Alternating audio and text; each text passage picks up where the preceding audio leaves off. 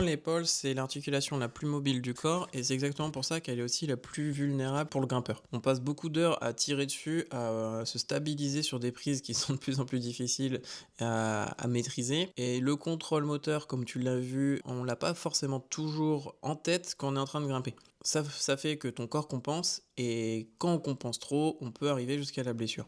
C'est pour cette raison qu'il est intéressant de renforcer tes épaules et donc les muscles qu'il y a autour. Et donc aujourd'hui, c'est le but de cette vidéo, te proposer un circuit qui te permettra de travailler le contrôle de l'épaule, la renforcer pour qu'elle soit plus stable et que tu sois plus confiant sur le mur, mais également dans ton quotidien. Donc ce circuit, c'est 3 exercices, ça devrait te prendre 10 à 15 minutes grand maximum si tu prends vraiment ton temps. L'objectif, c'est de travailler le contrôle moteur et la stabilité de l'épaule dans plusieurs directions. Et il y a en plus un petit exercice bonus qui va faire du gainage en même temps. Donc c'est vraiment très complet. Encore une fois, tu pourras tester, l'adapter. Le premier exo, ça s'appelle des prone cars. Donc on retourne sur des rotations articulaires contrôlées, sauf que ici on va aller plus en profondeur, plus en détail, on va aller plus loin. C'est vraiment plus difficile parce que tu as les deux épaules à gérer en même temps, sauf que tu vas être au sol. Donc allongé face contre terre, mais de cette manière-là, ça va te permettre de vraiment te concentrer à fond sur uniquement les épaules. Donc essaye de bien sentir chaque degré de rotation. Pourquoi ça compte pour l'escalade ce type d'exercice? Encore une fois, ton épaule travaille dans des amplitudes assez extrêmes, des angles assez difficiles. L'objectif ici, c'est comme d'habitude de prendre conscience de ce que ton épaule sait faire et ne sait pas encore faire. Donc cherche pas à forcer comme un bourrin si tu sens que ça bloque, tu sais que ça bloque à cet endroit-là, tu sais que ça sera ta référence pour les prochaines fois et ainsi de suite pour voir l'évolution. Le deuxième exercice, l'intérêt ici c'est de renforcer la coiffe des rotateurs, donc sur un mouvement qui permet de travailler à la fois la rotation interne et la rotation externe en gardant bien le coude ancré dans le sol. La coiffe des rotateurs, c'est grosso modo ce qui te permet de stabiliser ton épaule sur les mouvements. C'est plusieurs muscles qui permettent de stabiliser ton épaule et donc de pouvoir être plus à l'aise quand tu es en train de grimper tout simplement parce que ton épaule sera plus stable. Si ton épaule est plus stable, elle sera donc plus forte. Si elle est plus forte, il y a moins de chances que tu compenses par le reste du corps ou que ton épaule soit mise en PLS.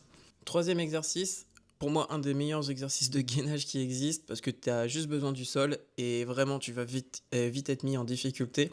Si c'est trop difficile, n'hésite pas à me le dire, je te proposerai un autre exercice alternatif. On l'avait déjà fait précédemment, c'était la planche tape-épaule.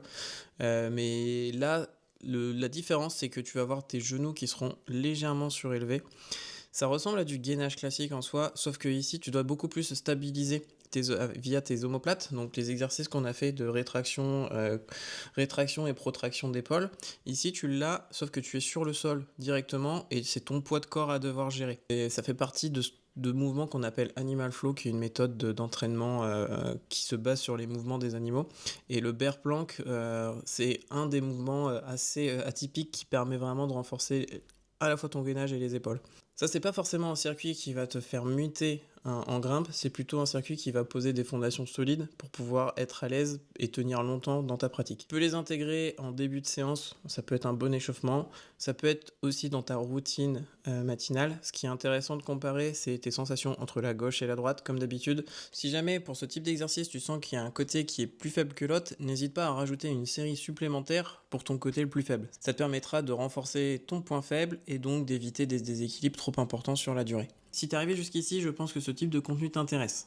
Ça tombe bien, cette vidéo fait partie du Point d'équilibre, un programme de 28 jours que j'ai pensé pour les sportifs qui veulent comprendre ce qu'ils font, pourquoi ils le font et comment intégrer intelligemment dans leur quotidien, mobilité, renforcement musculaire, adapté à leur pratique. Pas forcément pour performer à tout prix, mais pour pouvoir pratiquer leur sport longtemps et en bonne santé. Actuellement, je suis en train de tester le programme avec 6 grimpeurs qui sont déjà très contents. Tu peux dès maintenant prendre ta place pour profiter des tarifs préférentiels jusqu'au 14 juin. Je te laisse le lien en description, ça te permettra de rejoindre la communauté, un accès à vie à tous les contenus et des réductions sur mes autres prestations. Allez, bonne journée à toi, ciao ciao.